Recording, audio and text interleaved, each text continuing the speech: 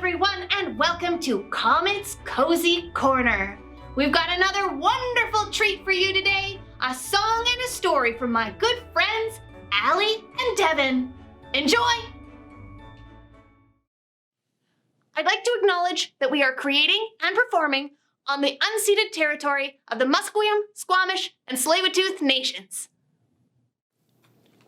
Really good. So delicious. Allie? Oh, Devon! My beloved roommate who I live with, so you can come sit right next to me because we're bubble buddies. I forgot about And that. it's okay. What are you doing? So, I'm eating a delicacy from a book that I was just reading earlier. It's candy. It's Smarties and maple syrup on spaghetti. Like, okay. Yeah, it's part of a fully balanced elf diet. What? Let me show you. Okay. Comes from this book called Elf. Ooh. Starring Will Ferrell. He's in the book? He is, that's him. Wow, we should open it up. I think so too. Yeah, it's by David Barenbaum and illustrated by Kim Smith. Well, I'm gonna go take off my jacket because I'd like to stick around for Stay this. a while. And I'm gonna finish this batch out of my mouth. This is the story of how Buddy the Elf saved Christmas. It's a story that begins many years ago. One Christmas Eve, Santa Claus slid down the chimney of an orphanage with his sack full of toys. While he was eating some cookies the children had left out for him, a little baby crawled into his sack. On Christmas morning, Santa and his elves were celebrating another successful year of Christmas gift giving when they heard a strange noise coming from the toy sack. It was a baby. Ooh. Shocker. One of the older elves adopted the baby and named him Buddy. The Code of Elves. Treat every day like Christmas. There's room for everyone on the nice list. And the best way to spread Christmas cheer is by singing loud for all to hear. Oh, it's good to know that one. Although Buddy grew twice as fast, he was no different from the other elf children, and he had more Christmas spirit than anyone. But it wasn't always easy being a human in an elf's world. Buddy could never make toys as fast as the other elves could. I'm the worst toy maker in the world. I'm a cotton-headed ninny-muggins. You're not a cotton-headed ninny-muggins. You're just special. Thank you. You're welcome. Buddy did his best to fit in, but Papa Elf knew that he had to tell Buddy the truth. Papa Elf told the story of how Buddy had come to the North Pole as a baby. His human father, Walter, never knew that Buddy was born. Walter lived in a magical place called New York City with his family. But that wasn't all. Santa had one more surprising thing to tell Buddy. Your father, he's on the naughty list. No! Some people just lose sight of what's important in life, Santa explained. That doesn't mean he can't find his way again. Maybe all he needs is a little Christmas spirit. Buddy was determined to bring Christmas cheer to his father and to all of New York City if he could. Buddy said goodbye to Santa, the elves, and Papa Elf. He knew they would always be there for him. Bye, buddy. Hope you find your dad. Buddy traveled through the 7 levels of the candy cane forest, Past the sea of swirly, twirly gumdrops. And then he walked through the Lincoln Tunnel. Buddy quickly learned that New York City truly was a magical place. He made new friends, he got his shoes shined, He ran circles through the revolving door and played hopscotch on the crosswalk. Finally, Buddy went to see his father, who worked in an office in the Empire State Building. But Buddy's dad didn't want to see him. He didn't believe that Buddy was his son or an elf, and he ordered him to leave. Buddy was beginning to understand why Walter was on the naughty list. Buddy left feeling discouraged, but then he saw something that made him smile. A big store all decked out for Christmas. Inside, a girl named Jovi was decorating a Christmas tree. Buddy was glad to meet another human who shared his appreciation for elf culture. Jovi told him that Santa would be visiting the store the next day. Buddy was so excited to see Santa again. Look how excited he is. That's me on Christmas. Buddy stayed up all night decorating the store in preparation for Santa's arrival. But when Santa arrived the next morning, Buddy realized that he was an imposter. You smell like beef and cheese. You're not the real Santa. You sit on a throne of lies. Ouch. Buddy ripped off the fake Santa's beard, and all the children screamed. He caused such a ruckus that the store manager called Buddy's dad to pick him up. Buddy met his dad's wife, Emily, and their son, Michael. They were much friendlier than his dad. At dinner, Buddy told his family about the 4 main food groups that elves eat. Candy, candy canes, candy corn, and syrup. Buddy had a whole list of things that he wanted to do with his dad. Make snow angels for 2 hours, go ice skating, eat a whole roll of cookie dough as fast as we can, and snuggle. Oh, all my favorite things. But Buddy's dad didn't want to do any of those things. All he wanted to do was work. Blech. So Buddy went to work with his dad. He tried coffee, he helped answer the phones, Buddy the elf, what's your favorite color? and he sorted the packages in a shiny mail room. Buddy hadn't forgotten about Jovi, the girl from the store. On Christmas Eve, they skipped down the sidewalk together. He showed her a sparkly Christmas tree in a shop window. And Jovi showed Buddy the biggest tree in all of New York City. A little bigger than this one.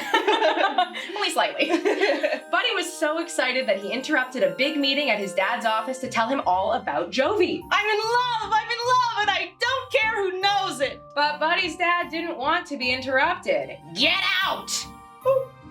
Buddy was so upset that he decided to run away. He left a note behind. I'm sorry I ruined your lives and crammed 11 cookies into the VCR. I don't belong here. I don't belong anywhere. I'll never forget you. Love, Buddy. When Michael told his dad that Buddy was missing, Walter felt sorry for yelling at him. He knew what he had to do. Walter's boss didn't want him to leave the meeting, but Walter said that nothing was more important than finding his son. Buddy was on his way out of the city, but then he saw something strange overhead.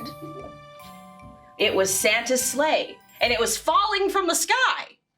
That seems abnormal. Buddy found Santa in Central Park. My sleigh can't fly without Christmas spirit, and there's no Christmas spirit anymore, Santa explained. I need an elf's help. But Santa, I'm not an elf. Buddy, you're more of an elf than anyone I've ever met. Suddenly, Walter and Michael burst through the trees. They had been looking for Buddy all night. Buddy, I need to apologize to you, Walter said. You've been right about everything, and I don't want you to leave. You're my son, and I love you. I love you too, Dad. Well, Emily helped Santa fix the sleigh. Emily wasn't there. Not yet. While Buddy helped Santa fix the sleigh, Walter and Michael joined Emily and Jovi in a crowd outside Central Park. They needed to help people find their Christmas spirit. Jovi remembered something that Buddy had told her. The best way to spread Christmas cheer is by singing loud for all to hear. One by one, everyone began to sing.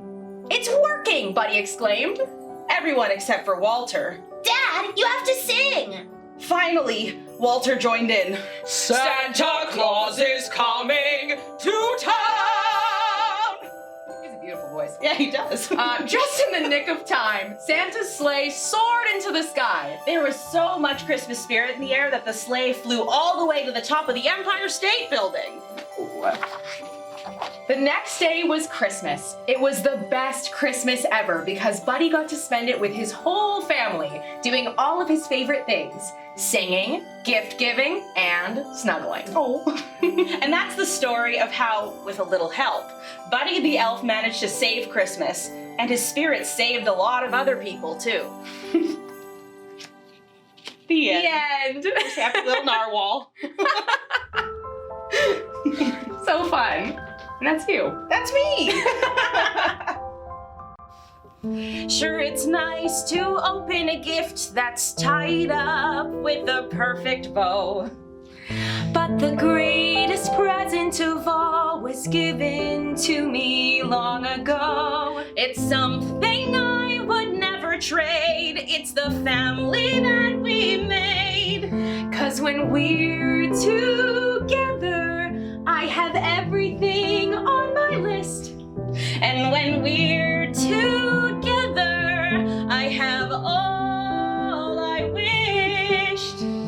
All around the Christmas tree, there'll be dreams coming true. 'Cause when we're together, then my favorite gift you.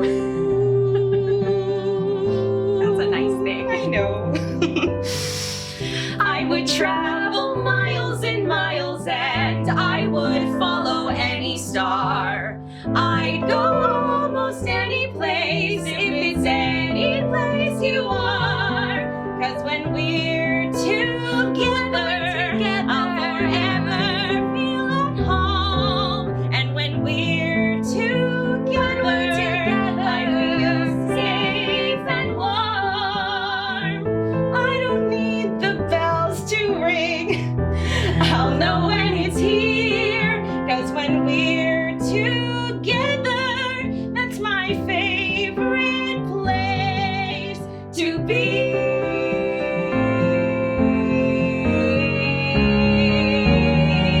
'Cause when we're together, it's a holiday every night. And when we're together and the season's bright, I don't need the bells to ring. I'll know when it's here. I'll know when it's here. 'Cause when we're together, I could stay forever. And when we're together, it's my favorite time of year.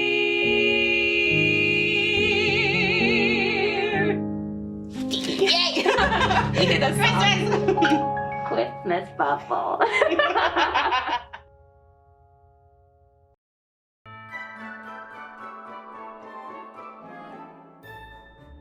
You can support our work at Carousel Theatre for Young People this season by donating to our holiday giving campaign, Give the Gift of Theatre. Donate at carouseltheatre.ca. Oh, I got a good one for you today. Are you ready? What does a snowman eat for breakfast? Frosted Flakes! Okay, bye.